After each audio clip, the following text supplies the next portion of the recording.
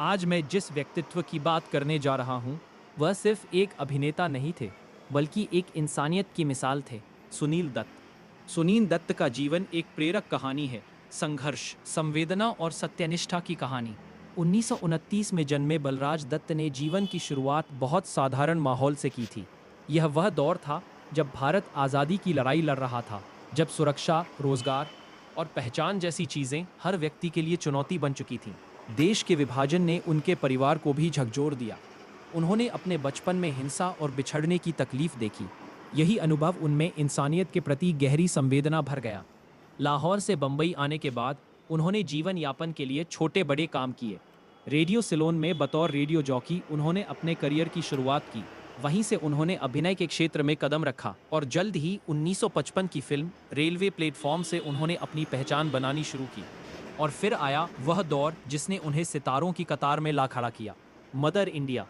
1957 की इस फिल्म में उन्होंने बिरजू का किरदार निभाया, जो एक ऐसे बेटे की कहानी थी जो अपनी मां की इज्जत और अपने आत्मसम्मान के लिए संघर्ष करता है। आयरॉनिकल बात यह है कि फिल्म में उन्होंने नरगिस जी के बेटे का किरदार निभाया और कुछ ही वर्षों बाद असल जीवन में वही नरगिस उनकी पत्नी बन गई। यह सिर्फ एक फिल्मी कहानी नहीं, बल्कि एक सच्ची साझेदारी की मिसाल थी। सुनील दत्त ने अपने करियर में एक्शन, रोमांस और सामाजिक संदेशों से भरपूर फिल्मों में अभिनय किया। पड़ोसन में उनका हास्य पक्ष, मुजरिम, वक्त, गुमनाम और खलनायक जैसी फिल्मों में उनका अभिनय हर रूप में याद किया जाता है। लेकिन सुनील दत्त सबसे ज्यादा जाने गए अपने सादे, ईमानदार और मानवीय स्वभाव के लिए।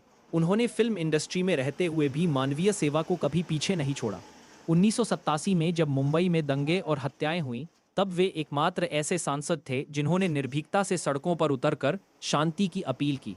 उनका अमन यात्रा पर निकलना, दिल्ली से मुंबई तक अकेले पैदल चलना, यह बताता है कि वह सिर्फ बोलते नहीं थे, बल्कि कर्म के व्यक्ति थे। नरगिस दत्त के निधन के बाद उन्होंने Nargis Dutt memorial cancer foundation की स्थापना की, जिसने सैकड़ों मरीजों को नई जिंदगी दी। एक पिता के रूप में उन्होंने जीवन की हर कठिनाई झेली। संजय दत्त का संघर्ष, उनकी गलतियां और फिर उनका सुधार, हर मोड़ पर सुनील दत्त मजबूत खड़े रहे।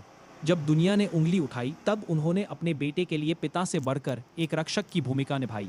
राजनीति में आने के बाद भी सुनील दत्त ने कभी अपना मानवीय चेहरा खोया नहीं।